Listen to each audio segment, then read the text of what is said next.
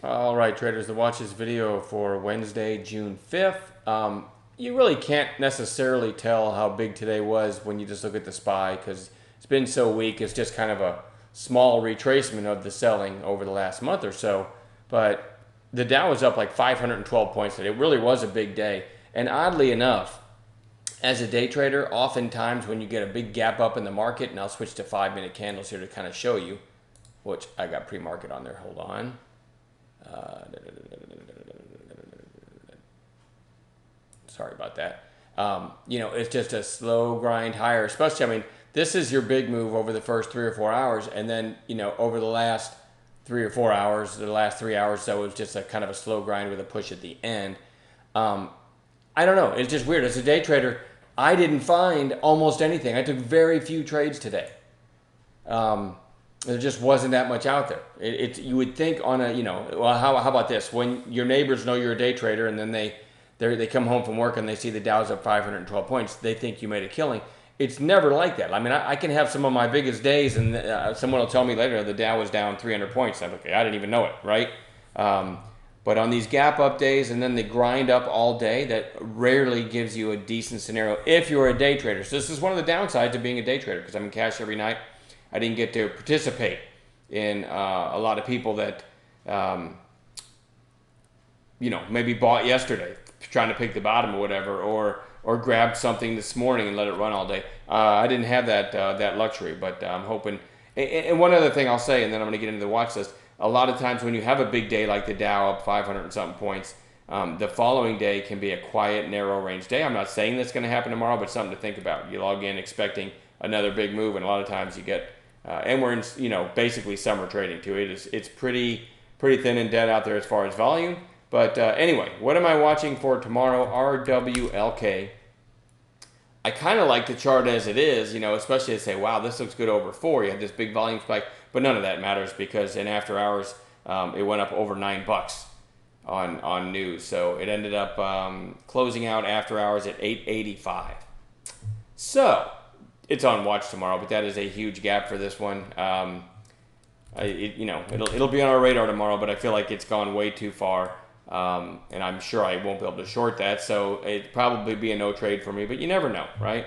WORX, a nice volume spike in this one. It had a couple big days, back here, and here, and they're almost kind of evenly spread, so maybe they coincide with earnings. They did have news today. I want to say, bear with me, I'm trying to open up a website and see. I want to say it was earnings. No, now it's coming back to me. It was a contract or something like that. So let me look that up. I am woefully unprepared for this video tonight. Signs new 5-year customer contract valued at $4.6 million. So anyway, that's the headline. It's a low float stock. I think it says $5 million in the float. And so, this might have a follow-through day. It's going to catch some attention. People doing their nightly scans, and it's got a big volume spike. And it closed fairly strong, right? When all things considered, it went from 446 to 720, closing at 642. Definitely worth watching tomorrow. It's a thin one, so you want to be careful with it. SOLY, I didn't type that right either. SOLY had this nasty push down yesterday. And remember, I was hoping it would come down to this area, if you watched my video last night, and then look for an intraday turn. Instead, we get a gap up, which usually takes some of the mustard out of a potential move. And it really kind of no exception here. I don't know. It's worth watching, right? It had this huge 2-day move, day and a half move maybe, and then it's pulling back. And now it's kind of in no man's land, right? Because all the shorts from yesterday are underwater. Some of the longs from today are underwater. All the longs from up here are underwater. But anyone who sold on this day short is on. So it's really kind of, if you look at the range from here to here, it's really kind of in the middle of that range.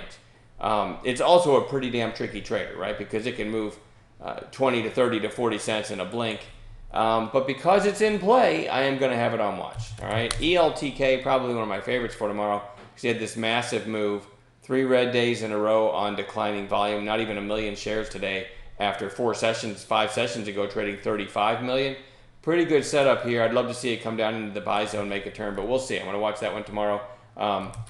GNCA, I don't love this because everybody from this massive gap up day is underwater, and then it even gapped down today. and never took out its early high. So, but remember, this move started from around 4 up to 11. So, you could view it as still a partial retracement. In other words, it hasn't round tripped. So if it is going to bounce, I would say I want it to happen tomorrow. But I also think you're going to meet with, if you get any kind of a long setup, you're still going to meet with a lot of overhead resistance, a lot of people selling on any little pop, because again, 17-something million shares yesterday, and nobody who held from yesterday is green. That's something to think about, right?